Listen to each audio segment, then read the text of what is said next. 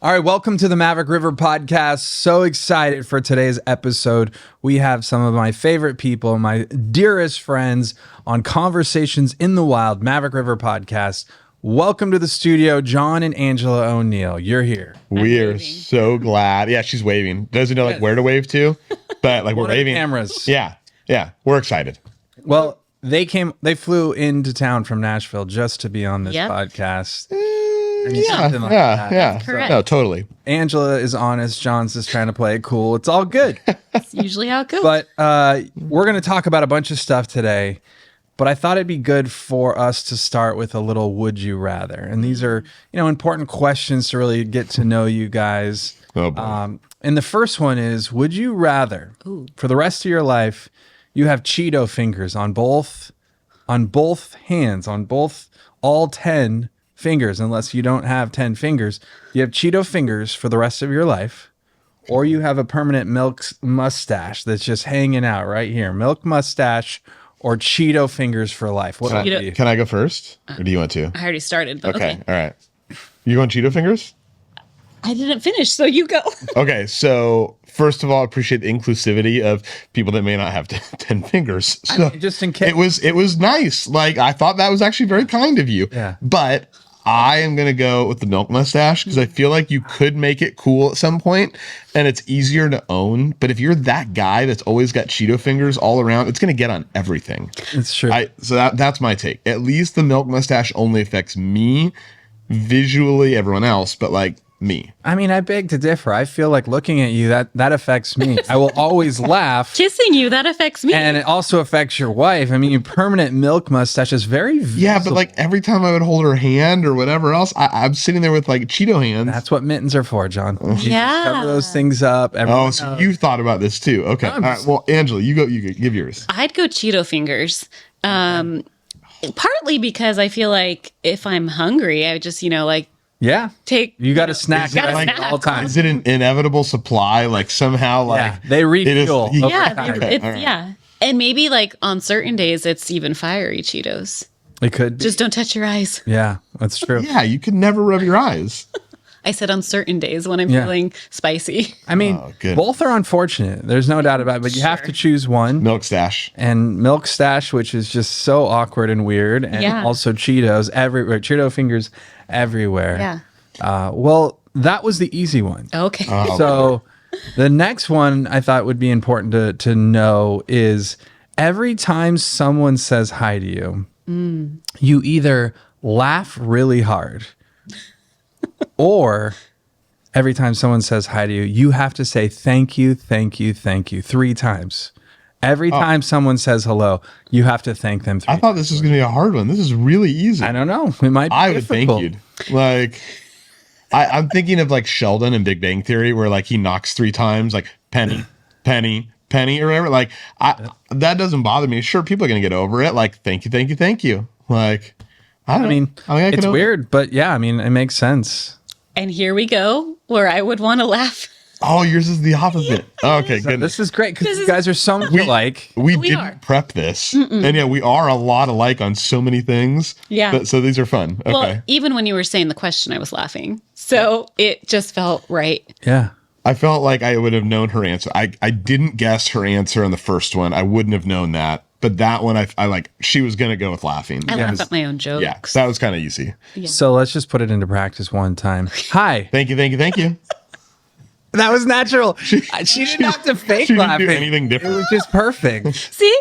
And it would be fun, and then everyone would be laughing. He did give, like, I can't remember the words you used, but you were like, you had to like really laugh. I felt like that was a little bit of a giggle. So that wasn't what I was thinking in my head. That's all, for clarity.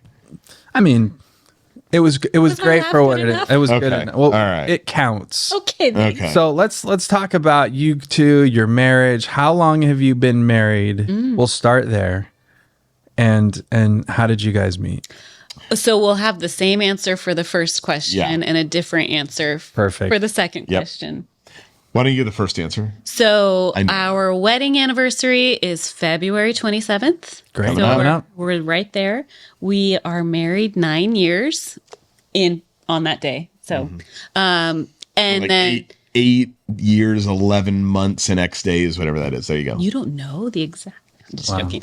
And then it'll be on that same day, 10 years to the day that we started dating. So we got married a year later. Great. After, which wasn't planned, though that sounds like a really intentional decision, but it wasn't planned. So I'll go like from there back then to share like where we see different. But Angela's grandma was not doing well health-wise at the time. We had gotten engaged. It was really important for us to have her be a part of the wedding and to be there.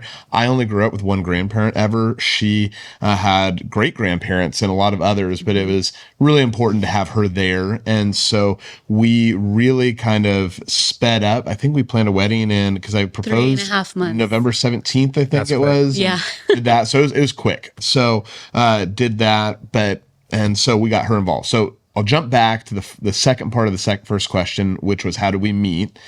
My story is we both went to college together. Cal Baptist University, got a Lance up. Lance up. There you go. So holler in the beautiful, Tim, what do you think of Riverside? It's beautiful. Okay. I'm glad. We'll get to that later. But we both went there to go to school and got our undergraduate degrees there. And that's true. I remember Angela from there. Angela does not remember me. So there's where it's at. So when we say, how did you meet? Because I can't say like we met in the quad at 2:37 p.m. on this day after this class. She says it doesn't count. I remember that we met and I knew her. I just can't remember and pinpoint that moment. Got it. Therefore, she doesn't think that counts. It doesn't. Well, okay. I just didn't know this was such a controversial question. It really is. I mean, yeah. This is fascinating. It's big. Yeah. And And here's what I would say to that is, for anyone who has met Jon O'Neill, he is hard to forget. That's very true. And so I think that is evidence enough that my version is right. Oh, well, I appreciate you being sweet and trying to win. But And I was also mine is right. So I wasn't going to school. We'll out this. I'm a little older than Jon, so I was the 21-year-old professor. Oh. At the wow. time. So meeting in more the controversy at CBU. CBU, come in on. the beautiful Riverside, California. I mean, she's a hottie. Like, I remembered her. Like, we were good. I wasn't thinking about. Was she actually your professor? Did you No. take her We didn't have that. And the deal is, like, when you're 21, like, I don't think I'm thinking at 18 years old, like, oh, is she a professor or a student? I think my mind was straight to student. So it's like, it wasn't like it was like a conscious thing. But Angela would say we reconnected through social media years later, and that would be how we are. So she was. Go ahead. You want to do that this CBU was still part of the story. Okay. That's a good clarification. Yes. Great. So she was teaching at a Christian high school, and a lot of people that I knew directly or indirectly were a part of that and teaching at the school also. So when she's posting photos of that, it's getting reshared and everything amongst all of our friends and these people that we knew, like one of the guys that I had gone to church with from when I was a kid, another guy that I went to high school with, somebody that I went to college with and I was his RA. There were people that she knew. And so there was just all this that was popping up, and I wrote her, and my opening line. I'm not trying to be a creeper, but I am. That's how it led. It worked. Okay. To which almost 10 years together, it worked. To which then I asked him a whole bunch of very specific questions about the people he said he knew, and he didn't have the answers for. Hold on, I knew some of them. I didn't know one of them with Evan and you didn't know his wife's name. That was a big deal. Anyways, yeah. Wow. Here or there. Here we go. Wow. Yeah. Getting spicy off the get-go. Very spicy. That is how Marie and I have a very different perception of how we first met. There you She go. was totally vibing. I was vibing. It was a thing. And she, to this day, will say, I had no interest in him. Which Really? is absolutely not true. I didn't know about you guys. You're Yeah, some of our best 100%. friends. I had no idea. Oh, no. I was working a sound booth at a Christian camp. She walked up looking all pretty, totally flirting, interested. Oh, yeah. Yeah. All my friends who saw her to this day would say, oh, yeah, she was totally into you, obviously. And so, she doesn't agree, and that's fine. So there's controversy around these things. Mm-hmm. There is. We're going to move on we're going to continue to talk about the two of you. Okay.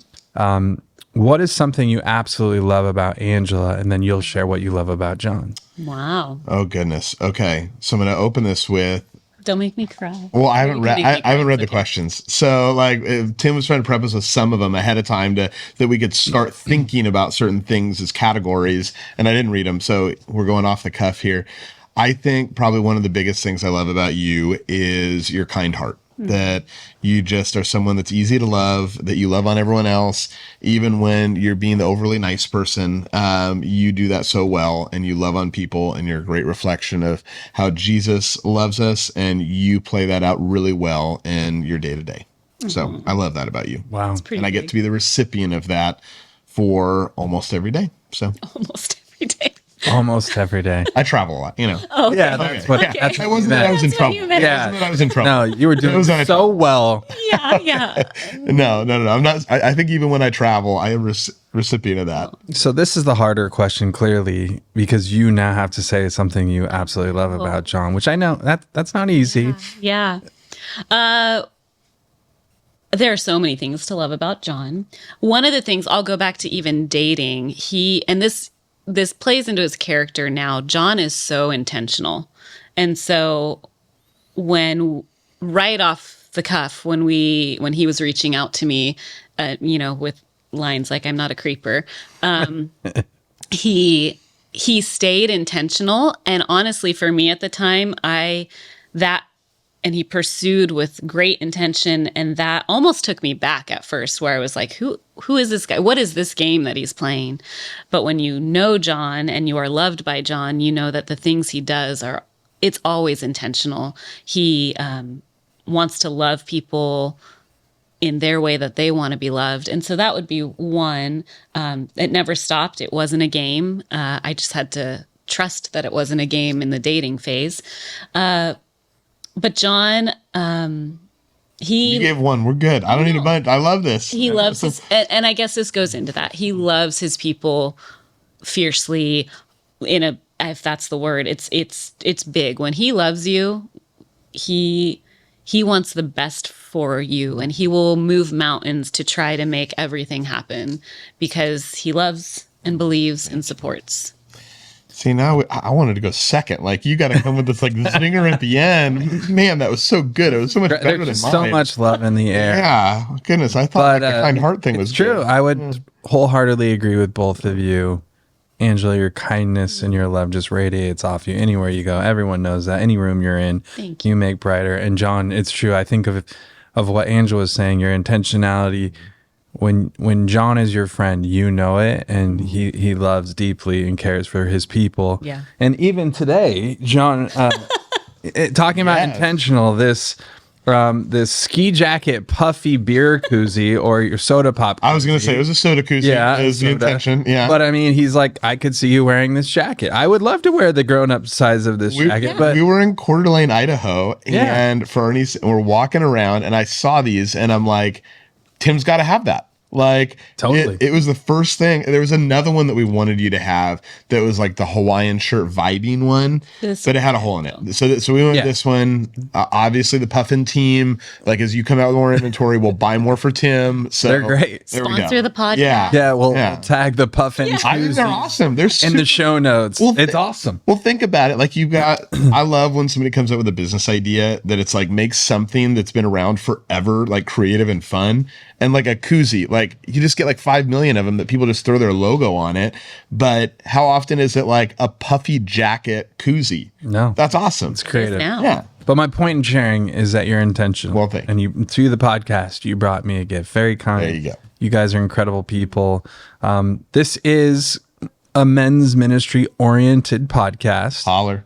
And Jon has been, and both of you have been incredibly supportive of what we're doing with Maverick River and Conversations in the Wild is one part of it. So we are going to talk a bit about men's ministry. And I always say a great men's ministry should impact everybody in the family. Yeah. Wife should be one of the biggest recipients of a healthy men's ministry, should be the husband and the household and the kids. So Jon, I want to start with you. Why are you so passionate about men's ministry? You know, it's a hard thing to put like one thing on. So I'll probably answer in a maybe convoluted way, but just trying to summarize. I love how when you get a dude like just fired up about Jesus, how it affects so many other things. It affects their workplace. It affects what they're doing in their family many times and so much. And that's not to say that that doesn't happen with women as well. It totally does. Of course. But I get to see and be inspired by seeing that. So you look at when a dude gets fired up for Jesus and then the ripple effect. I used to work in the coaching world. And one of the things we talked about is the impact that a coach has on people's lives. And you think about it from, I mean, let's go like the very like common example of like Little League baseball or whatever. And that coach has whatever, 12, 15 little kids that are on there that he coaches. And then you do that year over year and you look at the ripple effect, and a coach will impact thousands of lives. How much more so do we get to do that for the kingdom when that person and that coach is inspired by Jesus and loves Jesus and gets to live that out in their life? So I get passionate about men's ministry because I love seeing the impact that men have, whether that's in the business place, whether that's in the sports arena, whether that's in their churches and their families, and then how they get to take that out and live that out and show Jesus.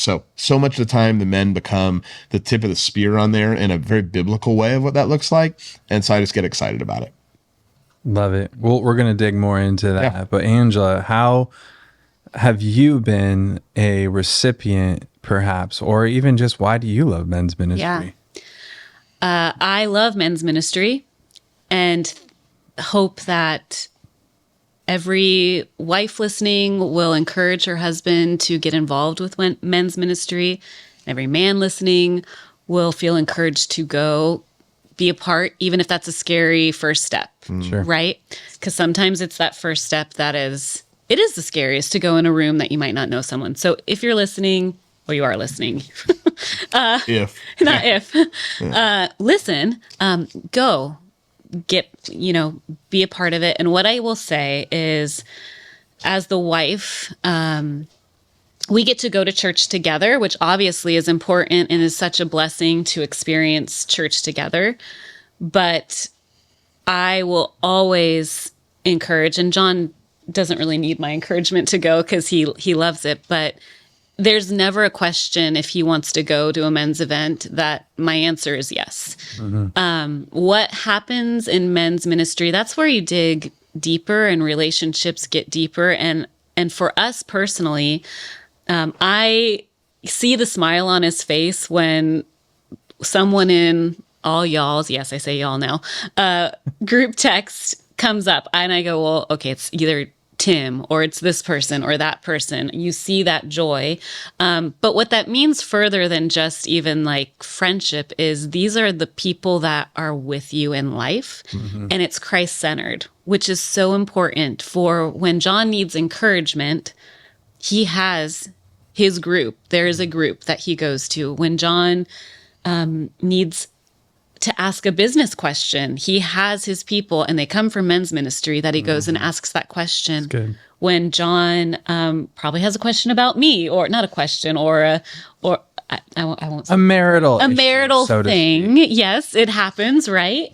He has friends to go to, and I would trust him to go to those friends. It's not even that in the end I'd be like, how dare you go ask so-and-so? How dare you go to Tim? I would hope that he can go to you and feel confident in that, because I know your response or any number of these guys are coming at it for Jon's best interest, our best interest, but it's Christ-centered. So if Jon needs to be challenged on something, that'll happen. If Jon needs encouragement, and we all need all of those people, and men's ministry starts that so much. And so I could go on and on. I see it bleed over into our marriage. I see it bleed over and hear the conversations he has in the business world, and hear guys say like, you're a Christian, like, and they're leaning in, wanting to know more about that. And I think the men's ministry is that place of encourage. It's all of that. I keep going. Well, and I'd love to just add in as a recipient of that love of a wife in support of men's ministry. So like how that plays out on a very practical way. It was even this Thanksgiving. So Angela and I have moved to Nashville. We love it. We have an amazing church home that we've been a part of at Midtown Fellowship, shout out. And so there you go. It's, but it's just something where we found great community off the get-go, total God thing, and started to get plugged into men's ministry there. And I travel a ton for work. I spent over 150 nights in a hotel last year. It was crazy. But as a part of that, I try to be really intentional when I'm home that Angela and I get time together. And I say all this because there was a serve event the weekend before Thanksgiving, and I was wanting to be like, no, it's a great thing. Like the men of the church are coming together and going to go support this community in the greater Nashville area. And I was just feeling like I really wanted to support men's ministry, but I've been traveling a lot. I want to be intentional with my wife. Like I love being there and being home with her. And I think at some point it came up and she asked something. I was like, you know what? I don't think I'm going to go. Like I wanted to, but I was like, I just don't know if I am. And she was like, no, like, go be with the men. Like you need to do that. Like that's important. So it's not just that she's supportive she loves to be the recipient of, being around other godly men that we get to do life with them and their families, but it's also that she's an encourager of that. And it's really important. And she sees the value of that and does that. So yeah, I just think that was a cool example of her encouraging me, like, no, go do that. Like men's ministry is important. Like we'll get our time, but spend your few hours and go and serve alongside the men. Yeah, I think that's important to note in the idea of sometimes when you go to a church thing, even if it's a men's ministry thing, it's still time away from your family, your children, your wife, whatever. Yeah. So there is a bit of a cost, but having a supportive wife but the value is so important and he's going to come back better. Right. Totally. He needs that. It helps him become a better husband, father, employee, boss, whatever it may be. And so I think it's really helpful to hear the way you guys have articulated that. I think you both were very involved at Mariners for many, many years where I serve as the men's pastor. Jon, you've been involved in men's groups. You've served with the men's ministry for years. You're now finding new community in Nashville.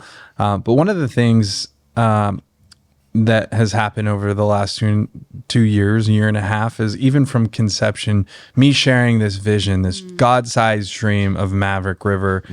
And Jon, you were with me from the second I took over the men's ministry when it was primarily guys 55 plus, significantly smaller, and you helped me build it, no doubt. I think I was the youngest guy in there. You were the youngest guy in there, and you were like, "I need you here." I'm like, "I don't look like a lot of these other dudes." I know, and that's an important thing to share. Like, most churches that have a men's ministry, which, by the way, only 7% of churches in the U.S. have men's ministries. It's part of the reason. Which is Maverick, sad. We want to change that. Why we love MRC.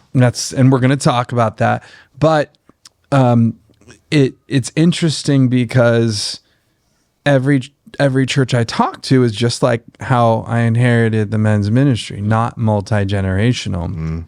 And so it's really an important aspect of what we do when we train and equip churches. And so some of the fruit that we've got to do is me tapping guys on their shoulders in their 20s and 30s.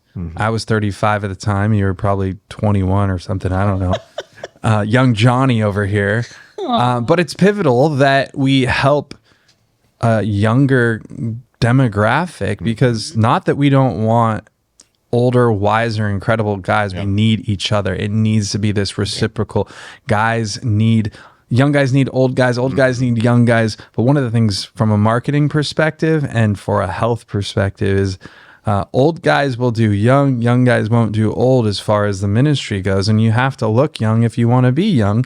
And so, like I said, you were there from the beginning. What are some of the things that you thought as we started to build the men's ministry from the beginning, rebuild, I should say, that were so important for us to make sure we included in the men's ministry? That's a good question. I mean, I think back to so many stories.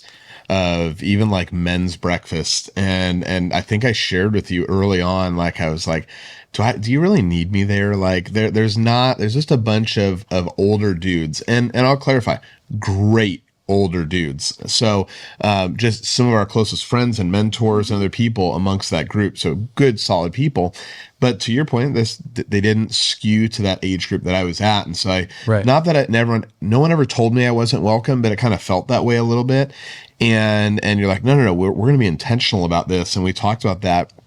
And we started doing like stupid fun games that you would do at like junior high and high school ministry and all the Young Life stuff that you brought in and did on that. Guys need to play. And it was like, you see these old guys like having a blast. Like I remember, like I'm not talking old when people listening, like if you're 60s, like you're not old. I'm not talking to you. Like I'm talking like, we're talking like the 80s, like can barely get out of their chair dudes are loving this. Yeah. And we're having an amazing time watching us like have fun being with dumb games that then like propped you into this place of worship and get to spend time together in community. So I think when we think about that and we think about the start, I go really from, I wouldn't say not feeling welcome, but I would say feeling different than what I saw to feeling as a part of it and fun and that I wanted to be involved. Like it was a desire, like this is a great place to be, and did that. And I parlay that into where we're at now with our church is I'm in a Tuesday morning Bible study. Iron Sharpens Iron Bible Study is what our group text name is. Perfect. And it's a bunch of dudes that there's a few of us kind of on the younger side, but a lot of them on the older side. And we have fun, and like they're starting to get the younger generation involved. And you see our like men's leadership team at our church that I get to see from afar and be a part of the events they're doing. And they are really multi-generational. And you just get really excited about that it's not only a bunch of these guys that were retired that want to tell you all about their stories, which by the way, I want to hear about, but it was also this great fun young group. And when they blend together, like it's such a cool reflection of the kingdom. Like that's what we're going to see in heaven is we're going to see everyone from all different walks of life. So I loved it because of that. I think that as I think about the men's ministry growing at Mariners over the years, I think one of the most fun things to be a part of was Man Camp. And I know we'll probably talk about Man Camp at some point, but I think about the moment where men's lives get changed by creating space away from everything else and getting involved. And so you see, like in a very practical way, I was involved in like knowing some of those numbers as we would talk about Forest Home. How many guys do we need? You know, we have 150 guys, then we have 250 guys, then we have 350, and then we have 450 plus dudes that are there. And where are we going to put all these guys? But it's been fun to see how that event has transformed and changed men. And then what the ripple effect of that is on their families as they go out. Just, I feel like I'm talking a lot, but I get really passionate and fun. Like these are things I could talk about all the time. So, well, I watched. I'm sorry. I was going to ask anything to add, and yes. you have. I would. So, yeah, we were married when Tim took over. I would watch and hear stories and go, well, I want to go too. I mean, you guys have done such a good job of balancing Bible, but letting people have fun and feel refreshed, which I am a firm believer. This may just be Angela theology, but I don't think it is. I feel like Jesus is the most fun, right? He, as you know, anyways, we could go into that whole thing, but you even read scripture and hear like he's at the party, you know. So anyways, Jesus loved hanging out with the dudes. Okay, yeah. Like let's call it what it is. Like he had disciples. He was sitting there and he hung out with them and spent time with them. Like it was such a cool practical example of spending time with them and sharing who his father was. But yeah, he had fun. And if you are creator, part of that is. And fun is something that we do. He created fun. He created fun. That's that's Angela theology No. right there. But so to see that balance, because the fun is where the fellowship happens and the connection happens and the walls get broken down. So Yeah. I would hear all the stories and hear the depth involved and the I believes that happened and the baptisms that would happen and all these things, and then the silly skits and the games, and hear that combination and go, can I go next year? And I mean, obviously that wouldn't be a good idea, but I did. I mean, you know, We've had a lot of women ask to go to man camp. I know. and there's a reason for that. Yeah. It is done so well that we want woman camp.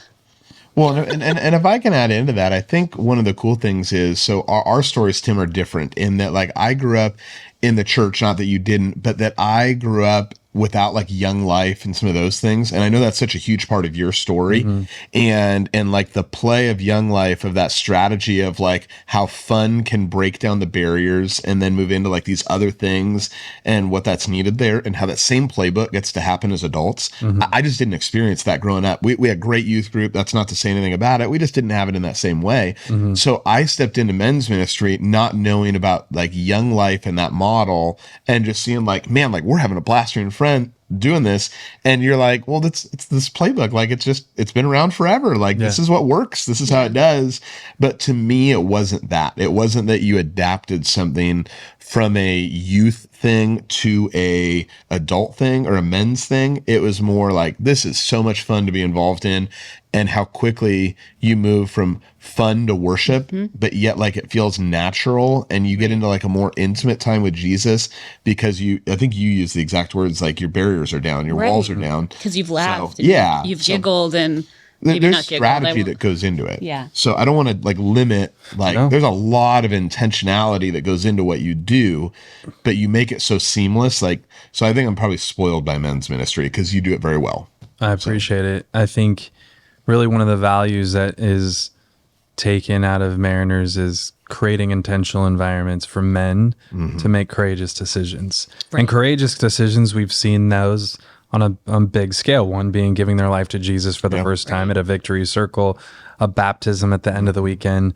It could be at a men's breakfast, hearing this, word from a speaker, preaching a message that has to do with them breaking free from something that they need to repent of. Yeah. All these different decisions, but the environment's essential to, back to the word intentional. Literally, I labor over a playlist that they're going to walk into, what videos I'm going to show, the look and feel, the signage. All these things are small things that turn into big things that do create a multi-generational, vibrant, transformative men's ministry.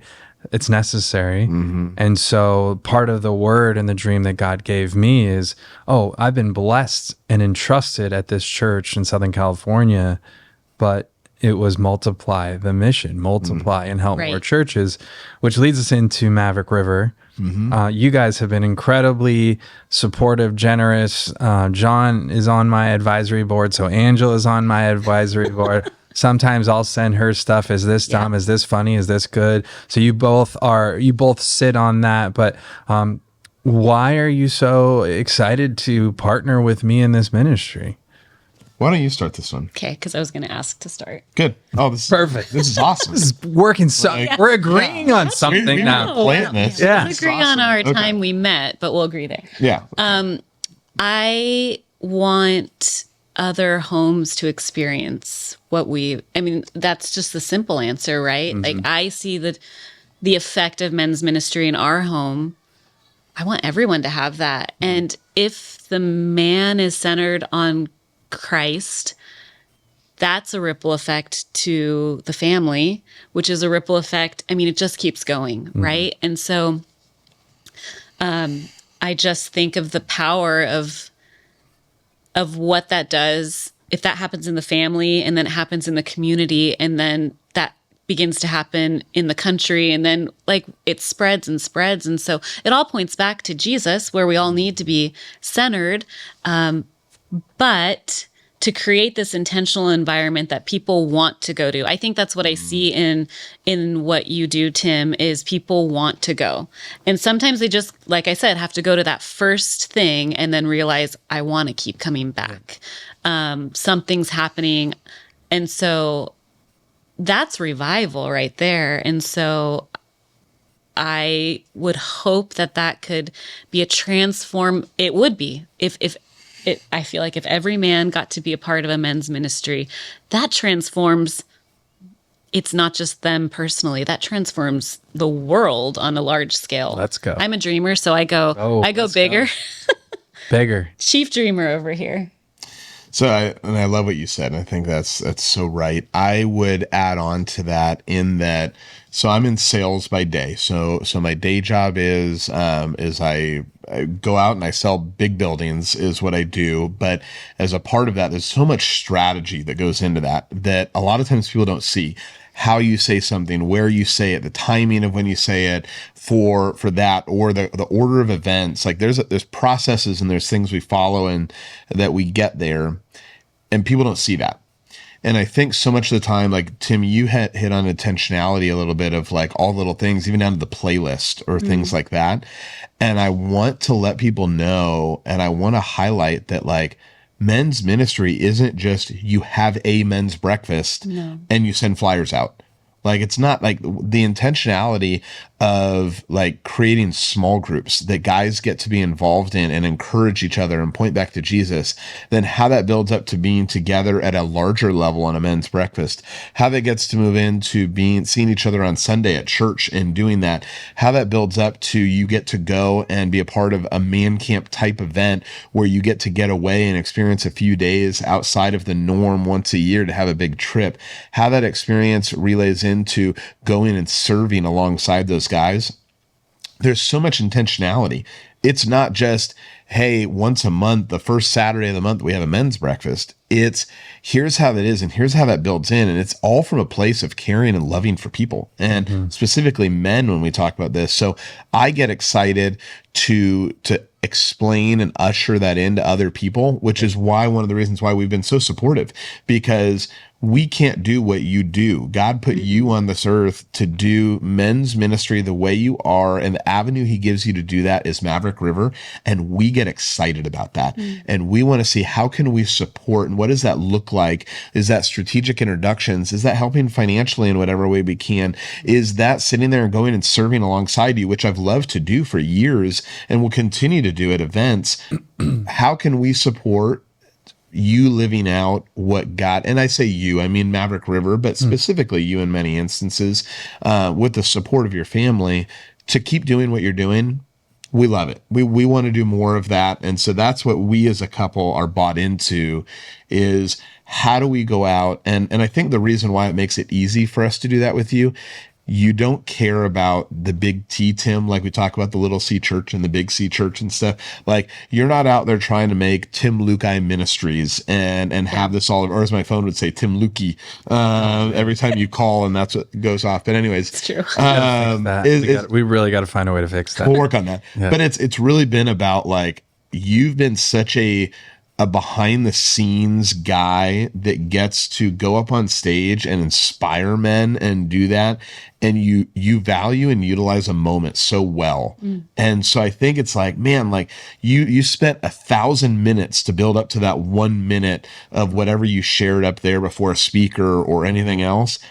And how do we get other people to see that there's 1,000 minutes that went into that? And you just mirror that so well for what that needs to be. We're bought in, we love it, and we love MRC. Well, I think your why, I don't go, well, why is Tim doing that? Your why is so clear. Oh yeah. And so that's a good point. That's a really good point. That's why it's easy to say, yeah, go do that. Go be part of that. Go serve along him. Go be a recipient of a man camp, or name all the things, a men's breakfast. I don't question why ever. Well, and I'm going to jump back to something, is I think for us, well, not for us. I remember my pastor at the church I was at growing up. His name's Tom Lance from the Grove Community Church in Riverside. Amazing place. Love Riverside. Shout out. And here we go. For those of you that don't know, Tim and I made an arrangement because he would tease me every time we would drive through Riverside that I would share all of my Riverside stories, and he would tease and give a hard time that he needs to love on Riverside, and he got some concert tickets. So it was great. It was a win all around. Wait, you tell me the same thing, and I went to the same school. Like, yeah. Well, you don't get to make that bet. I don't get we all hear the same Riverside stories but I every went time there. we go down the 91. If you're driving down the 91, you are going to hear about Riverside stories. No one loves Riverside more than you. That's true. I do love Riverside. So I say this to say, Tom Lance, I remember growing up, he used to share this in sermons all the time. He would say, you're never going to make it through a dinner with him without him talking about his wife. Didn't matter if he was out on the golf course, or he was out wherever else. Like, you're not going to make it through that sustained period of time without that. He loves his wife. He's going to find a way to incorporate his wife into the conversation. And he was sharing that in a way that how we should talk about with Jesus. We love Jesus. That should be an overflow of, that should come out when we're having conversations. I feel that same way. Oh, I'm getting emotional talking about this one. I'm going to do my best to keep it together. No, but when we talk about MRC and like what men's ministry does and how you get to do it, like, I hope that every time I sit down and I'm talking with somebody, somehow men's ministry comes up. It's a top few things in our life that are really important. So it should be an overflow of who we are and what we're about. So like when we move to Nashville and we get involved in the church, like I get super excited to be like, hey, like, have you heard about my buddy Tim? Have you? No, we have not. Like, do you know what Maverick River is? Like, and I just get excited about that. Or when I'm traveling for work and somebody talks about that they're a Christian and they go to church and they're involved in some kind of men's ministry, I get excited about that. Like, it was so much fun being with you, Mitch, Felix, and the crew at the Acts 29 conference last year and getting to talk to churches about men's ministry and me getting to share my perspective on that and dive in. Like, that was a ton of fun. But it oozes out because it's a core thing of our life. Yeah. It's not a peripheral thing that like we just have somehow in there. It's a core thing. So I hope that I'm never sitting there in a group of men and we don't get through a conversation without somehow men's ministry coming up. And the byproduct of that many times gets to be Maverick River. Well, that's awesome. I mean, I'm beyond grateful for obviously the friendship more than anything, but Angela and I, and Jon, you are too. We're dreamers. Mm-hmm. And when God gives you a big God-sized dream, one of the most essential things necessary for the dream is champions, yes, and patrons and prayer warriors and people believing you more than you believe in yourself. And there's been many of those moments where I'm like, this is too big for me. I don't know what I'm doing. And both of you guys have been those champions and advocates, like keep charging, keep going. We're praying. And I mean, probably once a week, Tim, I got a guy for you to meet. And this is a total Maverick River thing. I mean, most of the ideas are silly. And I'm like, oh, I love you, Jon, but no. But some of them are actually really good. Some of them are really good. Hey, 10% is great. 10%, we'll take it. And well, it's funny because I don't think I'm a dreamer as much. I like to be the execution guy. So that's why I've loved partnering with you, because I want to support your guys' dreams. When you go out and do something, like I want to go put it to paper and figure out how we do it. And that's necessary. Yeah. It is necessary. And us Enneagram 7s, we don't always know how to put it together, but man, can we dream. I'm a 1, so I get it. Not a 1. I'm a total 1. Here we go. Okay. In context, Jon has never picked up a book on the Enneagram or taken the test. So but one guess which one he is. And 1 is first, so I want to be first. Yeah, so, which makes you the classic 8. That's the things that 8 say. Things that 8 say is I need to be number 1. Yeah. So it makes actually you just really validated. I'm a 1. Yeah. I'm right. So we're going to talk about your dream that's in process of being realized. So we're going to get back to that. Okay. Cool. But because we've been talking a lot about man camps been mentioned repeatedly, I don't want to go too far without Jon, you sharing. I mean, you give hours of time, and we talked about intentionality. Putting cabins together at a man camp is no small task for 400 men on a reg list. No small thing. Big thing. Jon has incredible spreadsheet algorithms that put this together. But obviously there's so much more than that. Like, talk about how you've loved serving the ministry of Man Camp now with Maverick River. One of the things is Man Camp is really, is a Mariners thing. And for Southern California churches, one of my visions is I want to be able to give Man Camp to more churches and more men. Yeah. And so that's one of the things that we've got to do. We did our first in 24. We're going to do another one in September of 25. And we went from 3 churches there to probably 5 or 6 in this year. And so that more churches can massively experience, guys can be transformed by what happens on the mountain. But really, you guys keep talking about this ripple effect. And we know, and Maverick River, one of our taglines is you build the man, you build the church, you build the family, you change the world. Yes. And that's what happens at Man Camp. So share a little bit about Man Camp. Oh, goodness. So many things I could share about Man Camp. I think that the power of time away is, and just the intentionality of that. We say Man Camp, and my mind goes to, 400 or 500 guys sitting around worshiping Jesus. Like, man, we are terrible singers as a whole, men. But like, there's nothing I love more than like hearing a bunch of dudes off key, me included, belting out, like singing. Like, I sit in the back of Man Camp every year for a reason. Like, I don't sit up front, I don't sit on the sides. I am in the very, very back because I love that view of getting to see that. So awesome. There are so many things in Man Camp that get involved, but I guess I'll make maybe a story of that, like has reignited and continues to make me want to press there.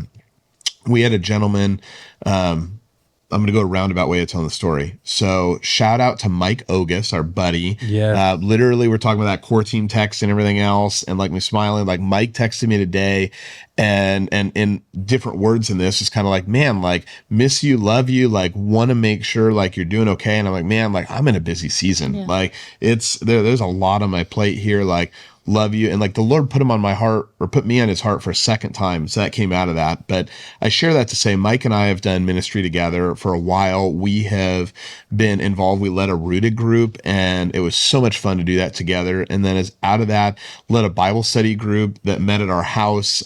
We had the men in the garage and the women were in the house, and had a bunch of that for a while. And it was so much fun. Got to do ministry together. But there was a guy that was having a tough season of his life, and ended up calling Mike because he just knew that Mike was a Christian, and was like, hey man, like you do this Jesus thing and you're involved with all these other dudes. And I see that on your social media or wherever else. Like, I'm in a tough season. I need Jesus. Like, can I just like come and hang out with you and the dudes? Starts coming to our Bible study. Awesome dude. We pray with him. We're hanging out with him. We're doing all this, and we're kind of like praying ahead of this. Like, he's never given like an I believe or a commitment moment to Jesus. And Mike and I are talking about this leading up to it. Man, like we want to keep presenting Jesus to him in a way that is real and practical. And I hope the Lord works on his heart. And hasn't accepted Jesus, right? Maybe 6 months, I don't know, give or take, that he's been going to our Bible study. And Man Camp's coming up, and he registers, and we get excited, and him and Mike plan dates, and they figure it out, and we're up there, and ends up, we were praying through at Victory Circle, which for those of you that don't know, Victory Circle is the middle-ish towards end of Man Camp. It's a Saturday evening. We get up there and we get to worship in a corporate way, and the message leads us up around a fire pit with a bunch of dudes at night in the mountains. So painting that picture. And I know that Mike's praying with him too, but I'm sitting there and I'm just praying, Lord, like, I hope this guy comes to meet you tonight. Like, I hope he like has a relationship with you, that he gets to meet you. And turns out when Eric Hurd gave a 3-minute turns 20 altar call, shout out Eric Hurd, love you. This guy jumps up and says, I believe. And awesome. It was just such a cool moment of what the Lord can do on his timing. Like, we wanted it, but all we did was extend an invitation. The guy knew where to go when things were tough. He called a dude that knows Jesus, that has community with other dudes. The guy knew that he had a place that he could come to, that he would be loved. The guy knew that if he got away and went up to the mountains, that he would have a fun weekend. What he didn't know was he was going to meet Jesus. And so what are the things we know versus we don't know, and how the intentionality of that weekend and just getting away and letting the Lord work, like that just fires me up for wanting to do more of that. As it can't be the thing that we do every weekend because it loses its importance. But once, twice a year, whenever that is, how do we take that time to get away and dedicate and give it back to Jesus as an offering of our time to let him do whatever he can do? And how do we invite other people into that? Yep. I get excited about that. So there's so many man camp stories I could tell of men's lives being transformed, of men getting baptized in doing this. I mean, a quick one, just a fun one, is a guy that goes to Mariners that we went up. This is when they were doing baby dedications, and they just assigned elders to a group, like no intentionality. Like I think it was A, go with him, B, go with him, and so on. We get this guy, his wife, to dedicate their kid, and so we dedicate him. Then later that year is man camp, and it turns out I'm in the water and get to baptize the guy. Wow, and did cool. This. Then it turns out that my wife, who's working in kids ministry at the time after Vacation Bible School, has me get in the water to baptize kids that accept Jesus, and his older kid gets to be one of those. And then a men's event for G4 that I get to go and meet this guy's dad, and his dad gives me a hug and talks about the impact that I've been able to have on his life. Like that's only something that God can do. Like, from man camp, this guy gave his life, not accepted Jesus in that moment, but recommitted in that moment and did that up on there. And then he gets up there and does that, and the ripple effect of baptizing his kid and dedicating his kid and getting to be involved in there and then meet his family. Like, it gets exciting of talking about the ripple effect of changing the man and changing the family. Mm-hmm. Perfect example is right there, that I didn't even know that God was using me to do that. I just was showing up, and the Lord did all of those things. It wasn't that I said, well, if I do this, then God can do this. Like he already had the plan. He just let me be a part of it. And so man camp gets to be such a crucial role and a ripple effect of so many other things. So the hours of sitting in front of a computer and doing spreadsheets and trying to put this together, and honestly, beyond just like the tactical, hey, this guy wants to be with this guy, but putting cabins together and like praying through, like, God, like, who do you want these guys together? And how can I do that? And how that plays out. I love being a part of it. So, and I get my own room. So, that was the bonus. Yeah. I think that was a sales pitch you gave me the first time is, hey, like you get to choose where you're going to be if you just take this on. Clearly it like works. Take it on. And then I remember one year you're like, dude, you look really tired. Next year you need to get your own like room so you can just crash after this. And so it has been nice. You do spreadsheets really well. Yes. Angela doesn't like the spreadsheets. Spreadsheets I hate suck spreadsheets. the life out of me. I literally feel like and I get like really excited. Like every time you send me a spreadsheet to like edit or look at, you clean it up and it's pretty. Just talking about it. I love it. So we follow other than obviously the Maverick River Podcast of here course. And doing this. One of our other podcasts is Dadville the podcast. Wow, we're shouting out a lot of people. So many shout outs. There's so well, we got to always bring it back to Nashville, right? Okay. Like we love Nashville. But anyways, because they live in Nashville, they talk about this and how like that's not their thing as creatives and being in spreadsheets. Not. And Angela like came to me and she's like, "That's us. Like I feel you're the spreadsheet one, and I'm not." Like they're talking about this on there. Mm-hmm. So I've only had 2 podcasts I've ever listened to. Is this one and Dadville. So I don't have mine. But you just launched it. That's true. And Okay. it'll also be in the show notes. It just came out. We'll give man, she's shots fired. No, Jeez. it's okay. It's okay.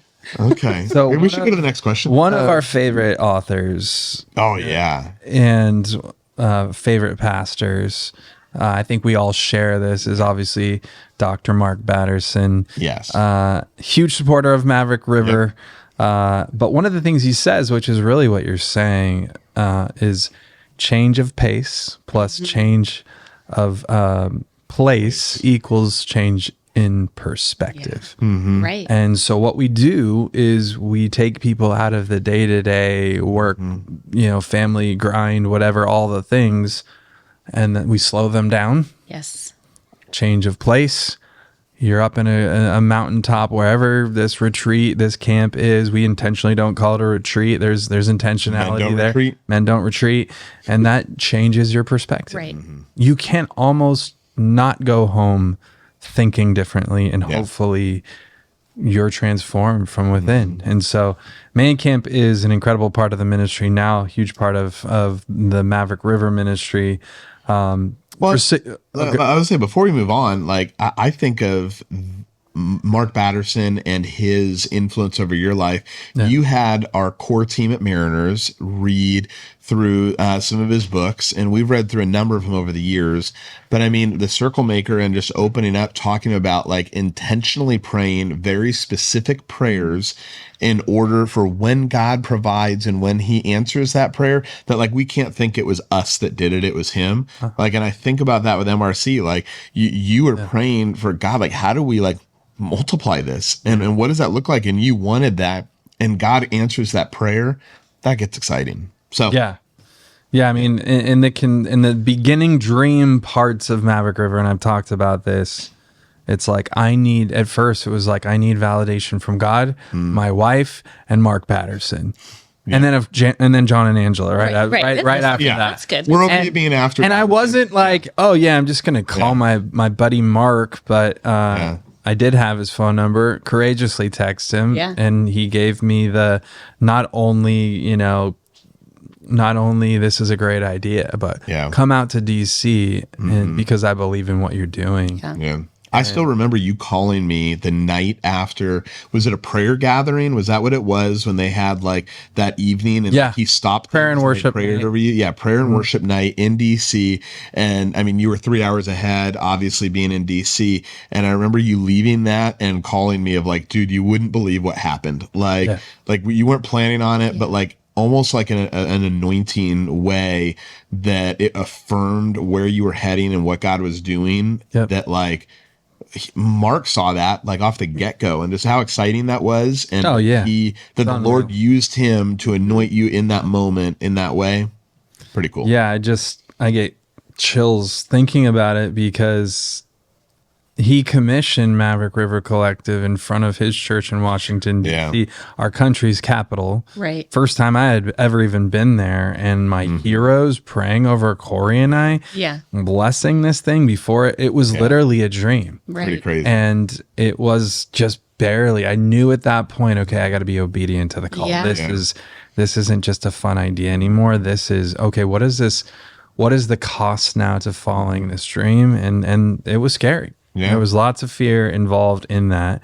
We're not going to go into that whole story. We're going to keep the dream thing going. Yes. Okay. We're going to go back to Angela had this dream that I am going to write a book. Yeah. Talk about, I mean, we're weeks away, I think, from release. Weeks away. February. Let's hear more about it. Tell us the day after your anniversary. Yeah, it was the day. Remember? Well, you said it earlier. Thanks, man. Yeah. Happy anniversary. Yeah. Yeah. I mean, it's all the things. I love dreaming. He gets to hear all my dreams. He's the dream executor. And yes. Essential. And sometimes I have to say, slow down. I still need to be dreaming. We can't execute yet. Mm-hmm. And he goes, he's very patient. Classic 8 stuff. Classic. I'm a 1. I'm right. Oh, that's it. Okay, never mind. Yeah. So it's scary for sure. One of my stories in my book is Peter, when he walks on water with Jesus. Yes, he walked on water too. But in my processing of this story over and over and over again, and spending 2 years with these 12 stories, which I'll go into what that is, his specifically, as I've peeled it back and looked at it again over and over again, I think about that step of faith. Like they literally in the middle of a storm. Literally a step of faith. Mm-hmm. And Jesus said, come. It was one word. And to trust in that moment, what he needed to do was get out of the boat and follow what Jesus said. But in my human mind, and I would think this would be Peter too, I can't imagine that he knew that what the outcome would be. His ability was not that he could walk on water. We're just humans. The one he's walking towards can walk on water, but all he needed to do was be obedient in that moment, and then what Jesus did. And yes, Peter sank, and I feel like for sure I probably had my sinking moments. Yes. But that didn't mean Jesus wasn't there amongst all of those. And so I think that story has made an impact on my story, writing the book, in that, okay, I'm going to step out of the boat. I feel like I've been called to this. And I know that because I was just talking to someone today, and she was asking, it's taken 2 years to write, and it seems like forever. And at the same time, I could keep going. Jon says I love writing more than any person he knows. She loves the process of writing a book because she spent so much time with Jesus along the way too. So it was like special moments for her. Yeah. And I had to finally have that conversation with her at one point. I'm like, look, like, take that into the second book. Like, this is great. Like, we need to be done with Let's lock it up. We need to be done with the first one. Like, I love hearing her dream and her stories and her reshaping that and doing that.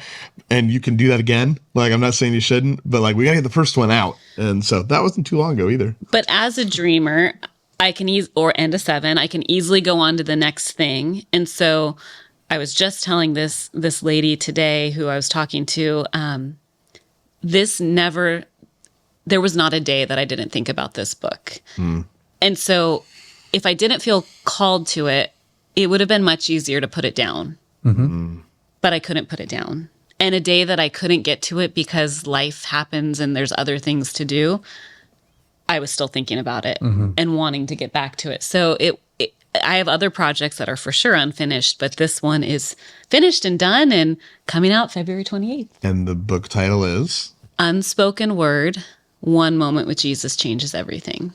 Love it. And each chapter is significant. Talk about that a little bit. So my mind and background is theater, and I started off as the little 7-year-old auditioning for the play.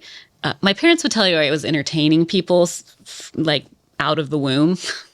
But what was a hobby and a fun thing as a kid turned into a passion, and I pursued it in college and had dreams of being on Broadway and would still love to be on Broadway. That's fine. Broadway, if you're listening. Shout out to Broadway, Jon. I didn't hear you say it that time. Broadway in New York, not Broadway in Nashville. Yeah, I was just going to say. Oh, yeah. Like, let's make the distinction. The country song talking about those Broadway girls is Angela, the first time I'm playing it, is just like, this is not nice. Like, the Broadway girls are great. And I was like, no, he's talking about the girls that are out at the bars on Broadway or whatever and doing that. So Nashville versus New York. There you go. But that was the seed. I can look back and go and just think about how God molded my path, my purpose specifically. And that little seed of, I want to be on Broadway isn't wrong. It just got molded for me. Yeah. And so from there, I started directing more than acting, which I would have never thought that was a thing. And that was another molding and shaping. And from there, I started writing more than directing. And these were all just, I think, preparation for who I am supposed to be and what I am supposed to do. And I feel like my calling is to tell stories for God's glory. And so this book, really, when I stepped back and it was done, I went, oh my goodness, this is compiling all of those storytelling avenues and mediums into a book. There is an acting portion of it. There is I say... So the book chapters. Oh. Yeah. Should I say that first? Yeah. Oh, gosh. Okay. It's easier when you tell what it is. Okay. So the book is 12 chapters, 12 people who in the Bible physically encountered Jesus. And hence, unspoken word, a moment with Jesus. Got it. So changes everything. And it is a scene study. So that's where kind of all of those acting, directing, writing. What you would have done in theater. What I would have done in theater is to study the scene and to know why the relationships with the people mattered, why the setting. If I'm going to direct, I have to know for everybody all the details. I need to know why it's nighttime and why we're at this place and why they're talking that way and why the relationships with every single person on stage matter. And so that's what this takes. It takes, what might be 5 verses in the Bible, and we read it and go, okay, that's great. There was a man who was paralyzed, and then some friends put him down in a roof and now he's healed. But if you peel it back, there's so much surrounding that that you can easily pass by. And so what art does often is allows people to stop and reflect. And so through a theatrical medium of peeling back and doing a scene study, from there's in each chapter a dramatic interpretation from the person who is meeting Jesus, encountering him. And that dramatic interpretation is really meant to allow people to, for one, be reminded that the people in the Bible were just people in the Bible living their faith story, but to see to be reminded, to kind of put flesh and bones on these stories and make them tangible and real. So each chapter is broken down into stages. So those would be? Scripture first, because I don't want anyone to walk away and be like, according to Angela. No, I want it to be according to Scripture. So Scripture first, and then in a script, there would be an at rise. At rise means when the curtain opens, this is what you're seeing as on stage. So an at rise is a breakdown of really the setting and the circumstances. What is the festival that's going on? Why are there so many people there? What does it mean for Jesus to be in Capernaum? All of those things. And then from there is the dramatic interpretation. And then from there, it's the flesh out the dramatic interpretation a little bit. Dramatic interpretation. That's the part that I gravitate towards most. Okay. So I think it's important because you look at like the scene and then it almost answers the like, what if or what could have been. That's all. So dramatic, most of them are spoken word monologues. So it's almost like the subtext of what that person could have been thinking at the time. Love that. I have performed 2 of them. One, Mary, the mother of Jesus, and the woman at the well. And I will say when I performed the woman at the well spoken word, why are you tapping me? Oh, I wasn't meaning to tap you. I thought you were. I was meaning to just put my arm around you. Tim is tapping his phone that it's like time. So we should. I will say there in that one specifically, I have had the chance to perform a few of them. The moment that the woman at the well says question statement, I've heard of Messiah, and Jesus says, I am he. I would I couldn't. It put myself in her shoes and also my shoes, all of our shoes so it does. That's the hope, is that you can really feel. So what does it mean for that to happen? Why was it significant that Jesus touched a leper before he commanded or proclaimed healing on? There's so much depth and important. And so each chapter that would dive into a person and then would have those layers to it. And I think that's the thing that I get excited about for her book and what the Lord's put in her heart is not just the diving into the scripture moment, because it's very important, but also the it causes you to think. I'm not a creative, so I don't think about things in that way. And so you get to read that and think about really what could that conversation between Pilate and his wife have been like after that happened, and what did they go back and how did that play out in reality? We were listening to a song from Josiah Queen earlier, and it's called I Am Barabbas, and just the song and how it makes you think through, wow, I was the guy that did a bunch of things that didn't deserve to be saved, and Jesus went in my place, and I am Barabbas, and thinking through that. I think her book does that in written form. What I heard in that song, I would really relate to that. Yeah. So, that's the hope, is to just get people thinking. Yeah. Yeah, I think of the art that you've done in this book, and I think about the Chosen the first time I saw it, and that we've read the text. Right. We've read the stories. We've Right. maybe experienced and felt the stories, but the different medium made you experience Jesus different. Right. Yeah. And I think that's what I'm hearing. I haven't read the book yet. That's what I'm hearing. This is somewhat of a human perspective that gives you all the feels. It gives you and perspective of this is why this place, and there's significance to why, and there's these people to think about. Maybe you didn't think about that before. So really looking forward to this book. We are weeks away. We'll have the show note link to the book and where you can get it. And guys, I'm just so grateful for you, both of you, and the way that you've been a massive support to Maverick River, but really your belief in me, your belief in the ministry, and then of course your love for beyond me and the better parts of me, and that's my wife and my kids.